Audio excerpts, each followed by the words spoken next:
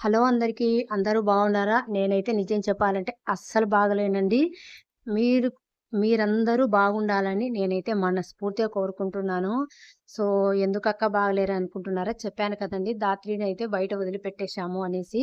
తను కొంచెం సెటిల్ కావడానికి టైం పడుతుంది. ఆ టైం ఎప్పుడొస్తుందా అనేసి ఈగర్‌గా అయితే వెయిట్ చేస్తున్నాము. తను ఇంటి దగ్గర ఇక్కడ గారాబంగా పెరగడం వలన బయట ఉండాలంటే కొంచెం ఇబ్బంది పడుతూ ఉంటుంది. తను బాధపడుతూ ఉంటే మాకు కూడా కొంచెం బాధ అనిపిస్తూ ఉంటుంది. పేరెంట్స్‌కు ఆ మాత్రం బాధ అనేది ఉంటుంది కదా! కాకపోతే ఏం చేయలేమండి. వాళ్ళు బాగా చదువుకోవాలి, మంచిగా ఉండాలి అంటే కొన్ని కొన్ని తప్పవు కదా! ఏదైనా లైఫ్‌లో అడ్జస్ట్‌మెంట్ అనేది అలవాటు చేసుకోవాలి. ప్రతీదీ మనము పిల్లలను గారాబం చేసి సౌకర్యంగా చూసుకుంటే పెద్దయినాక వాళ్ళకు లైఫ్ అనేది ఎలా ఉంటుంది, ఏమిటి అనేది ఎవరు ఊహించలేము కదా! అది దేవుడి రాత. సో, ముందు నుంచి ఎలా పెంచుకున్నా కూడా ఒక ఏజొచ్చిన తర్వాత వాళ్ళకంటూ కష్టాలు, విలువలు అన్నీ తెలవాలి. కష్టమంటే ఏదో తెలుసుకోవాలి. పరిస్థితులను బట్టి, కాలాన్ని బట్టి వాళ్ళు కూడా కష్టమైన, నష్టమైన ఎదుర్కోగలిగే పరిస్థితులలో ఉండాలి అనేసి నేనైతే అనుకుంటూ ఉంటాను. సో, అందుకనేసి తప్పదు కాబట్టి కొంచెం అయితే ఒక 1 వీక్ నుంచి ఇంట్లో అస్సలు పనులనేదే చేయలేదు. ఎందుకంటే ఉన్నట్టుండి ఇద్దరు పిల్లలు పోయినారు కదా! ఎందుకో మా అబ్బాయి అయితే 3 ఇయర్స్ నుంచి బయటనే ఉన్నాడు కాబట్టి అంత ఏం లేదండి. ఎందుకంటే తను అలవాటు పడిపోయాడు. రాత్రి వచ్చేసి ఈ ఇయరే వెళ్ళింది కాబట్టి కొంచెం ఇంగా సెటిల్ కాలేదు. రోజు ఏడుస్తానే ఉంది. తప్పదు. తను బాగుండాలి అంటే కొన్ని కొన్ని తప్పదు. అందుకే మనం కూడా గుండె రాయి చేసుకొని ఏదో ఒక పని మీద అయితే కాన్సంట్రేషన్ పెట్టేసుకొని ఆలోచనల నుంచి అయితే బయటపడాలి కదా! సో, అందుకనేసి ఇప్పుడు ఎవరో వచ్చి ఓదారుస్తారు, ఎవరో వచ్చి మాటలు చెప్తారు అనేది కూడా మనము ఆశించుకోద్దు. ఎవరి లైఫ్ వాళ్ళది, ఎవరి పిల్లోళ్ళు, ఎవరి కథలు వాళ్ళది కాబట్టి, మనం కూడా ఒకరి మీద ఆధారపడకుండా మన లైఫ్‌ను మనమే చూసుకోవాలి కాబట్టి ఆల్రెడీ ఆల్‌మోస్ట్ పిల్లలున్నారు కాబట్టి 1 మంత్ బ్యాక్ నుంచి ఇంట్లో అయితే అస్సలకు ఏం చేయలేదు. ఇంక నా మైండ్ కూడా కొంచెం డైవర్ట్ కావడానికి ఇంట్లో అయితే డీప్ క్లీనింగ్ అయితే చేస్తున్నానండి. సమ్మర్ హాలిడేస్ వచ్చినాయి కదా! ఇంక అప్పటినుంచి ఇంట్లో పెద్దగా పనులైతే నేను కాన్సంట్రేషన్ అయితే చేయలేదు. పిల్లల మీదనే ఇంట్లోనే చేసి పెట్టుకోవడం, వాళ్ళని చూసుకోవడం ఇదే సరిపోతుంది కదా! సో, యాజ్ యూజువల్‌గా రెగ్యులర్ పనులైతే చేస్తూ ఉంటాం కానీ, ఇలా మరీ డీప్ క్లీనింగ్ అయితే చేయలేము కాబట్టి, ఆ దుమ్ము గూడా ఎక్కువగానే ఉంది. ఇంకా అందులో నా మైండ్ సెట్ గూడా బాగాలేదు. పిచ్చి పిచ్చి ఆలోచనలతో అస్సలకు దిక్కు తెలియడం లేదు కాబట్టి, ఇంకా ఇలా ఒక్కొక్కటి స్టార్ట్ చేస్తూ ఉన్నానండి. ఇంటి పనులు మొదలుపెట్టాము అంటే ఒక్క రోజుతో ఏమి అయిపోవు కదా! ఇంకా అందులోనూ ఇంకా పనులన్నిటి కూడా ఉంటాయి కాబట్టి, ఒక్కొక్క రోజు కొంచెం ఒక్కొక్క రోజు ఒక్కొక్కటి అవి చేసుకుందామనేసి స్టార్ట్ చేశాను. ఒక బెడ్‌రూమ్ క్లీనింగ్ అవన్నీ అయితే డీప్ క్లీనింగ్ అయితే చేశానండి. మీరనుకున్నంత ఈజీగా అయితే కాదండి. చాలా అంటే చాలా టైమే పట్టింది. ప్రతి ఒక్కటి ఫ్యాన్‌లతో సహా మొత్తం క్లీన్ చేసుకొని, బూజు దులుచుకొని మొత్తం ఇంకా ప్రతిదీ ఉంటాయి కాబట్టి చాలా టైమే పడుతుంది. మీకదంతా చూపిచ్చాననుకోండి వీడియో లెంతీ అయిపోతుంది. అండ్ మీకు కూడా బోర్ అయితే కొట్టేస్తుంది. అందుకనేసి నేను పెద్దగా అయితే షూట్ చేయలేదు. కొంచెం కొంచెం కొన్ని క్లిప్పులు మాత్రమే షూట్ చేశాను కాబట్టి అవే యాడ్ చేస్తా ఉన్నానండి. సో, ఎందుకంటే మీకు కూడా మోటివేషన్‌గా ఉంటుంది. మీకు చెయ్యాలి అనిపియలేకపోయినా కూడా ఇలాంటి వీడియోస్ చేసినప్పుడు మనకు తెలియకోకుండానే ఒక ఎనర్జీ అనేది ఉంటుందండి. నేను కూడా చాలా మటుకు నా మైండ్ బాగాలేనప్పుడు నాకసలు అట్‌లీస్ట్ లేచి ఇంట్లో పనులు చేసుకుందాము, చేసుకొని తిందాము అని కూడా అనిపియదు. ఎందుకనో ఏమో నాకస్సలు అనిపియదు. ఒక 1 వీక్ నుంచి మైండే అస్సలు బాగలేదు. కనీసం అంటే లిటరల్లీ చెప్పాలంటే నేనైతే వంట రూమ్‌లోకి వెళ్లి ఒక కాఫీ తప్ప అన్నం గాని, కర్రీస్ గాని ఏమే గాని ప్రిపేర్ గూడా చేయలేదు.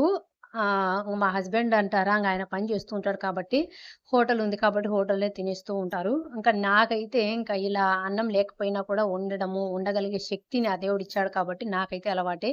కొంచెం బాధ అనిపించినా గూడా నాకెందుకో అన్నం అనేది సహించదండి అస్సలకు. నాకు నేనే ఒక్కొక్కసారి అనుకుంటాను. అన్నం తినకపోయినా, ఏం తినకపోయినా, మన హెల్త్ మీద కాన్సంట్రేషన్ చేయకపోయినా, మనమే ఇబ్బంది పడతాం కదా! మనల్ని చూసుకునే వాళ్ళు వచ్చి, చేసేవాళ్ళు వచ్చి కనీసం అంటే మనకు ఓదార్చించే వాళ్ళు కూడా లేనప్పుడు మనకు మనమే ఇంకా హ్మ్. కొంచెం స్ట్రాంగ్‌గా ఉండాలి కదా! అనేసి అనుకుంటూ ఉంటాను. అందుకనేసి ఒక 1 వీక్ తర్వాత ఇంట్లో పనులైతే స్టార్ట్ చేశాను.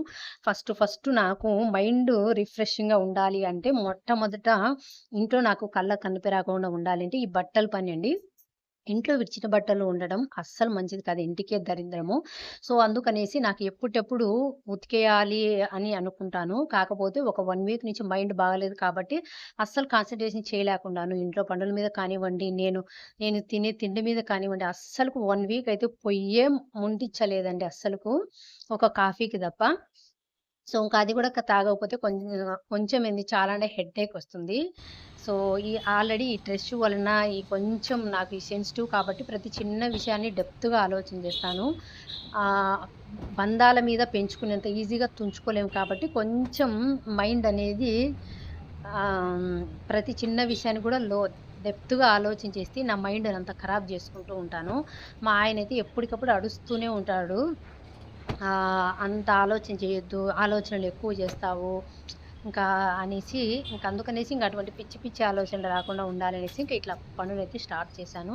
ఇక్కడొచ్చేసి ఇంట్లో డీప్ క్లీనింగ్ అని చెప్పాను కాబట్టి బెడ్‌రూమ్స్ కానివ్వచ్చు, అన్నీ మొత్తం వచ్చేసి రోజు ఒక్కొక్కటి సెక్షన్ అయితే క్లీన్ చేసుకుంటూ ఉన్నాను. అట్లా అయినా కొంచెం మనకు మైండ్ అనేది డైవర్ట్ అవుతుంది కదా అనేసి. ఇక్కడ బట్టలు ఎందుకు మీకు చూపిస్తున్నాను అంటే, నేను బట్టలనేది కలర్‌లు పోతాయి కదండీ! అందుకనేసి కంపల్సరీ తిరిగేసి ఆరేస్తాను. నెక్స్ట్ వచ్చేసి బట్టలు తీసుకొచ్చేటప్పుడు కూడా ఎట్లా పడితే అట్లా తీసుకురానండి. ఎందుకంటే మడతలు మడతలు పడిపోతే మళ్ళీ వాటిని ఐరన్‌కియ్యాలి అంటే డబ్బులు మనకు ఎక్కువవుతుంది. అందులోనూ నేను ఇంట్లో కూడా చేసుకోలేను ఐరన్ అనేది. చాలా టైమే పడుతుంది కాబట్టి నాకు అలవాటు కూడా లేదు.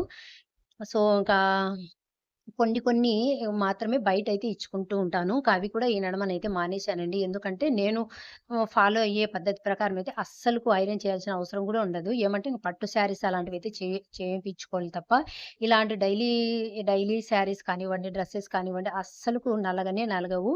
తిరిగేసి ఆరేసిన తర్వాత నేను క్లియర్‌గా చూపిస్తున్నాను చూడండి. ఇలాగే బట్టలనేది నీట్‌గానే తీసేసి కొంచెం రివర్స్‌లోనే ఎట్టయితే ఆరేసానో అలాంటి ఈ బట్టలతోని ఫోల్డింగ్ చేసేసుకొని మంచిగా మూటైతే కట్టేసుకొని వస్తానండి. నాకు వీలున్నప్పుడు అవి అలా మూట కట్టేయడం వల్ల మడతలు పడవు. ఎప్పుడు ఖాళీగా ఉంటే అప్పుడు మనము మళ్ళీ తిరిగేసి ఫోల్డింగ్ అనేది చేసుకుంటాం కాబట్టి మనకు మడతలు మడతలు ఉండవు. ఫోల్డింగ్ కూడా చాలా బాగా వస్తాయి. ఐరన్ ఎట్లా చేస్తామో అట్లయితే వస్తాయండి.